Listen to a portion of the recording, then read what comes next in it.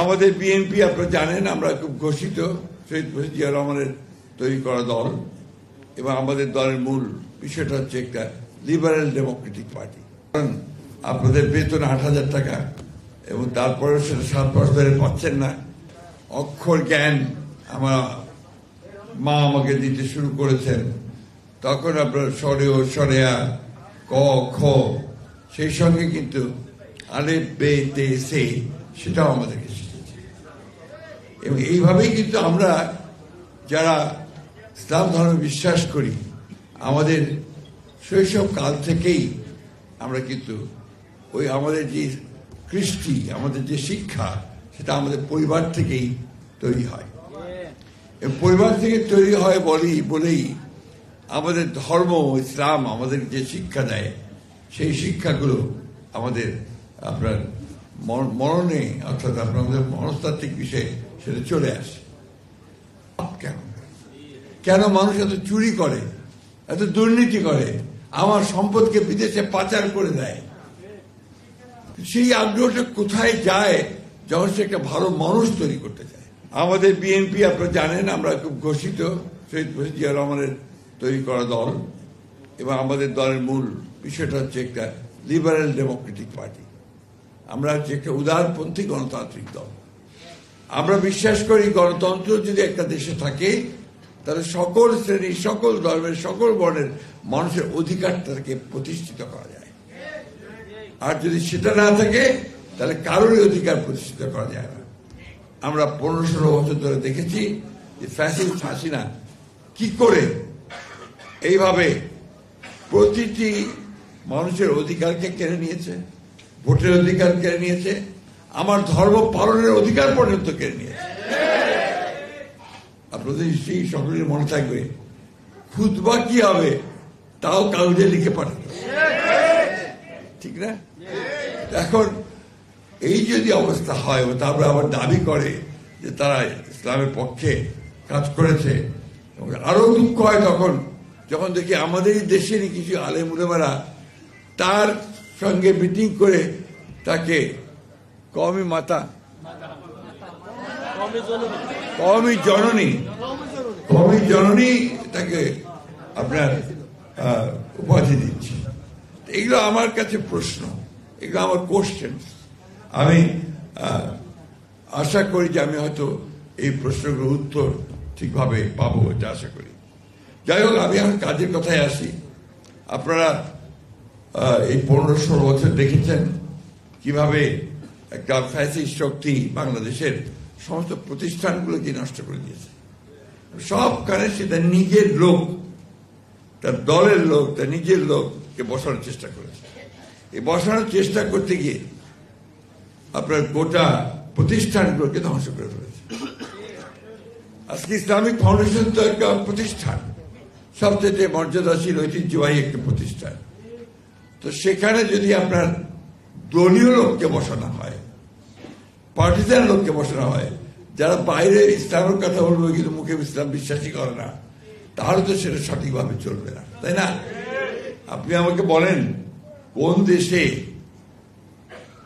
বায়তুল মুকাররমের খতিব পরিবর্তনের সঙ্গে সঙ্গে পালিয়ে যায়? বলেন, এটা তখনই সম্ভব যদি ওই অ্যাপয়েন্টমেন্টটা অত্যন্ত পার্টিজান হয়, দলগত হয়, রাজনীতিকরণ করে হয়, তাই না? এখন আমরা তো আপনারা নিজেরাই বলেছেন যে শহীদ প্রেসিডেন্ট জিয়া রহমান সাহেবের সৃষ্ট এই দল, আমরা সবসময় ধর্মীয় মূল্যবোধকে সবচেয়ে বেশি গুরুত্ব দিয়েছি। আর আমাদের প্রেসিডেন্ট শহীদ জিয়া রহমান, তিনি যখন দায়িত্বে আসলেন, তিনি দেখলেন যে এখানে ইসলামিক মুসলমান জনগোষ্ঠী হচ্ছে সবচেয়ে বেশি, তাদের ধর্মীয় মূল্যবোধ থেকে পুরস্কৃত সম্মান দেখানোর জন্য তিনি সংবিধানের মধ্যে বিসমিল্লাহির রহমানির রহিম সংযোজন করলেন, তাই না? এবং আল্লাহর উপরে অবিচল আস্থা ও বিশ্বাস রেখে সকল কার্য পরিচালিত হবে, এটা উনি বলেছেন। আমরা সেখান থেকে এক চুরো কোথাও নড়িনি, বরং আরো চেষ্টা করেছি সেটাকে আরো সমৃদ্ধ করবার। আপনারা বলেছেন যে আমাদের দেশনেত্রী বেগম খালেদা জিয়া তিনি এই স্কিম শুরু করেছিলেন, তাই না? মসজিদ ভিত্তিক আপনার শিক্ষা দেওয়ার জন্য।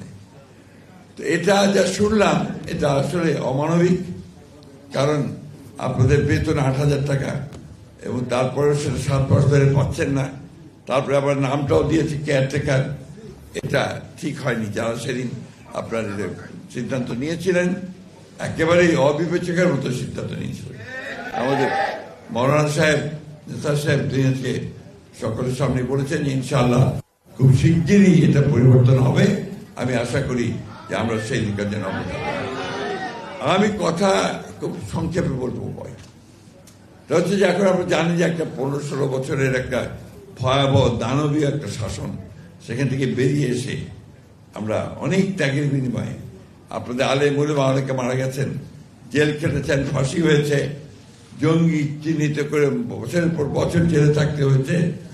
আমরা যারা গণতন্ত্রের জন্য সংগ্রাম করেছি আমাদেরকে একই রাজনৈতিক ফায়দা নিয়ে নেওয়া, এটা কখনোই আপনার ইসলাম এই কথা বলে না। এই কথাগুলো আমি এই জন্যই বলছি যেগুলো সমস্যা হয়ে দাঁড়িয়েছে, কথাগুলো বলছে সবাই। এই কথাগুলো আজকে জনগণের সামনে আসা উচিত, বেশি করে আসা উচিত। সবচেয়ে বড় কথা হচ্ছে যে এই মহলটি তারা কিন্তু আপনার রাজনৈতিক অঙ্গনে দাঁড়াতে পারছিল না। আমাদের শহীদ প্রেসিডেন্ট জিয়াউর রহমান সাহেব তাদেরকে সুযোগ করে দেন রাজনৈতিক অঙ্গনে আসার। আইডিয়ার নামে প্রথম এসেছিল, মনে আছে আমাদের ইসলামিক ডেমোক্রেটিক লীগ। তারপরে তারা কাজ করেছেন, আমাদের সঙ্গেও কাজ করেছেন, আমরাও তাদেরকে নিয়ে কাজ করেছি। কিন্তু দুর্ভাগ্যক্রমে গত 10 বছর কিন্তু আমরা তাদের এই ফ্যাসিস্ট হাসিনাকে পরাজিত করবার জন্য ভিজিবল দৃশ্যমান কোনো কাজ দেখিনি। ঢাকা বিশ্ববিদ্যালয়ের নির্বাচনে শুনতে পাই ছাত্রলীগের মধ্যে তারা ঢুকেছিল, শুনেছিল, আমরা জানা নেই আমার, অর্থাৎ ছাত্রলীগ সেজে তারা সেখানে ছিল। এই ধরনের কাজ তো আমরা করতে পারি না। আমরা সরাসরি সামনাসামনি লড়াই করেছি। আমাদের 60 লক্ষ মানুষের মধ্যে মিথ্যা মামলা দেওয়া হয়েছে, আমাদের 20,000 লোককে হত্যা করা হয়েছে, প্রায় 1700 মানুষকে নেতা আমাদের এমপি সহ গুম করে দেওয়া হয়েছে। আমরা 200, 300, 400 মামলা নিয়ে আছি, আমাদের 11 বার জেলে গেছি। কিন্তু আমরা একটা বিষয় আমরা চাচ্ছি যে আমরা একটা গণতান্ত্রিক রাষ্ট্র চাই। দেশনেত্রী বেগম খালেদা 6 বছর তাকে কারাগারে রাখা হয়েছে। আমাদের নেতা তারেক রহমান সাহেব এখনো পর্যন্ত দেশে ফিরতে পারেন। এই যে ত্যাগ সকলের, এই যে 1400-1500 ছেলেকে হত্যা করা হলো, সবকিছু মিলিয়ে সুযোগ এসছে।